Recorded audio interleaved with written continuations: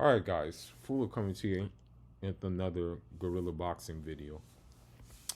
This past weekend, in first and foremost, I want to give a sincere prayers for the opponent of David Morrell. It appears that he's in a coma as of right now. May Allah give him shifa. May Allah help him.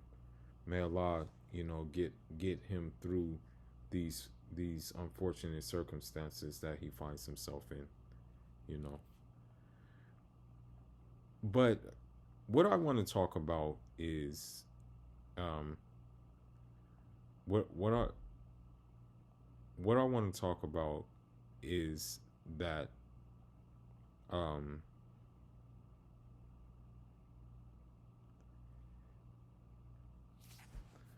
Canelo is in a quagmire right now. Because here's the thing.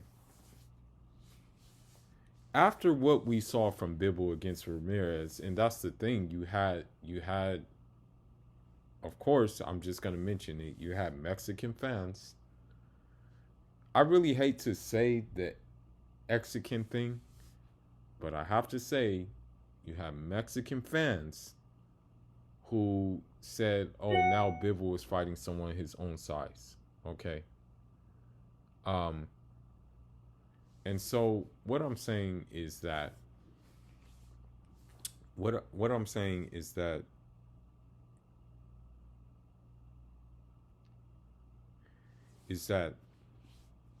he fought someone that was bigger than him, and it still didn't matter.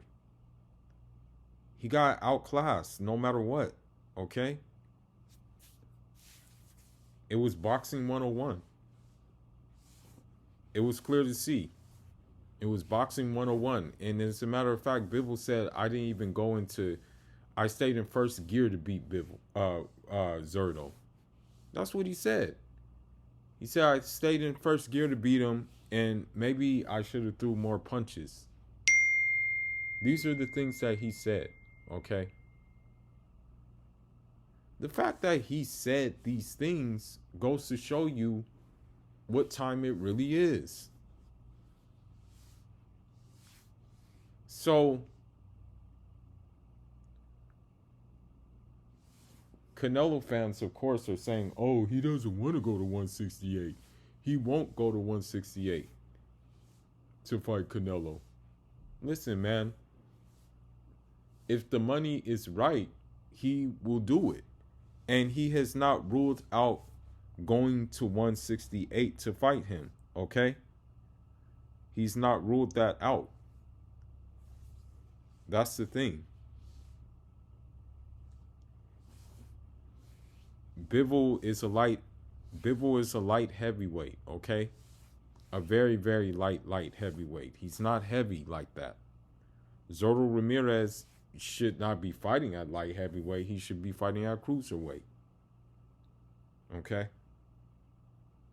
But now we see what a padded record looks like. And so because he has that padded record, Bivol showed that there's levels to this. When you look at Bivol's resume, besides Beterbiev, he has the best resume at light heavy right now. He fought Pascal. He fought Sullivan Barrera. He took another undefeated fighter's O in, I think, that Dominican guy named Felix Barrera. He took his O. He fought Joe Smith.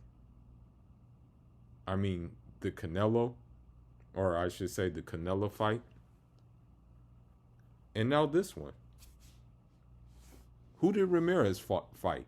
And he kept on saying, you're avoiding me, this, that, and the other. He knows this is a risky fight for him.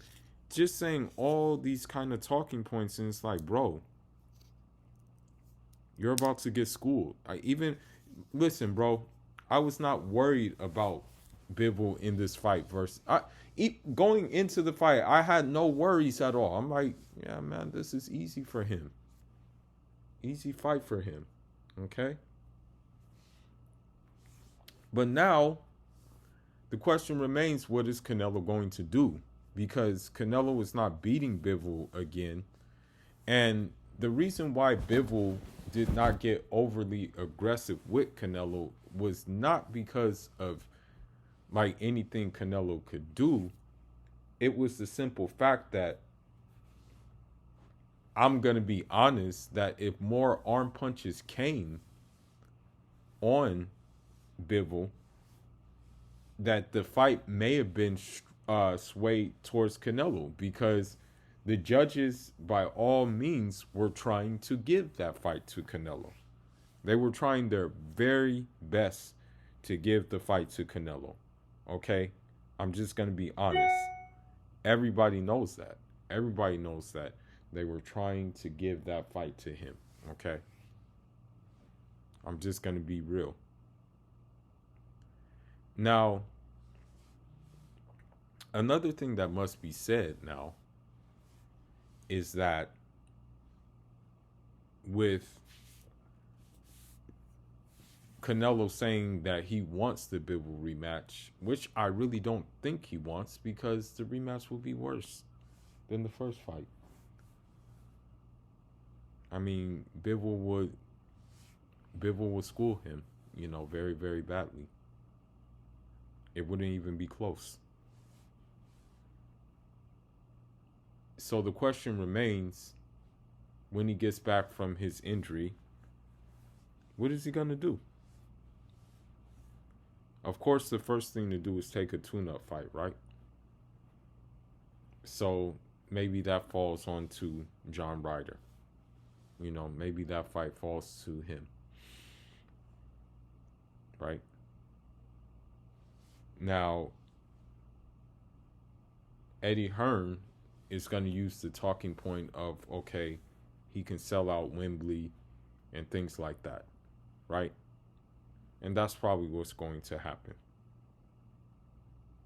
We can basically understand that that's going to be the next logical thing. Now, in terms of after that, I very well think he may retire. And here's my reasoning for that. If David Benavidez is successful against Caleb Plant, and he's successful in such a way that is convincing and shows that he's the real deal and that he's here to stay, then Canelo will not fight him. Okay? Now, if Caleb Plant is successful against Benavidez, then Canelo will fight him. Canelo will give him a rematch. Of course, I will have Canelo winning that rematch, but he'll gladly do that because of the level of opposition. But he really doesn't have any options as of right now. If I were Canelo, I would just vacate all those belts, because of the simple fact of who he's going to have to defend those belts against. And we all know that most of the time, though, unfortunately, that we can say, we can say that belts are sanctioning bodies are just, but we already know they're not. So the thing is that with these sanctioning bodies being what they are, we know for a fact that Canelo, if it really does happen and the sanctioning bodies do their job, David Morrell will be in that rotation. And we know that Canelo ain't gonna fight no David Morrell. What people don't understand is that boxers who can box on the inside, box on the outside, like Jaron Ennis, or Demetrius Andrade, or Dimitri Bivol, in which we saw him box on the inside against Ramirez as well.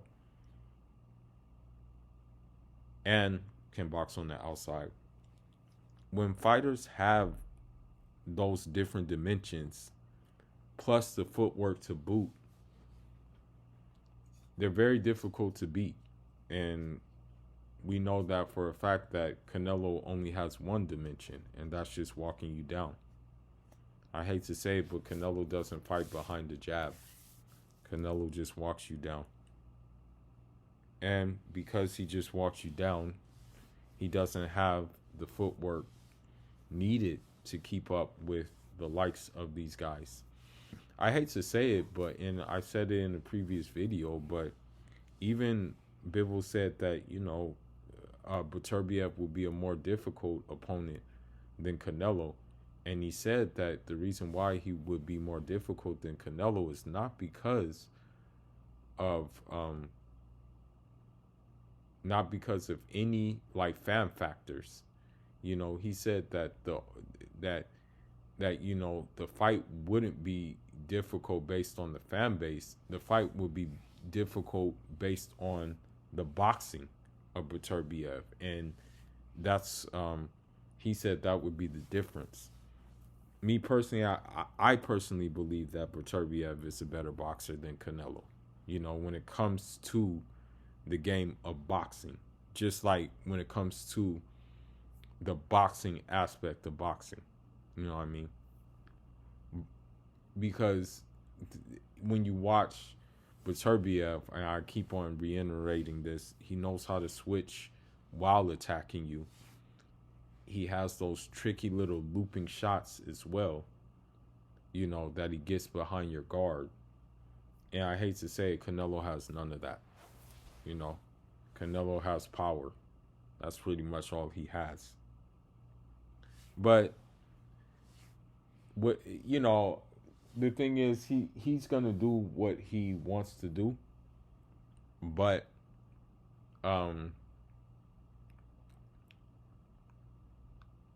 but it's probably not going to be in the interest of boxing fans. But I'm not holding my breath for him to fight any of the top guys, right? And I really seriously still doubt that a Bivol rematch happens. And if it does happen, and I'm going to end on this note, hydration clauses will be placed, and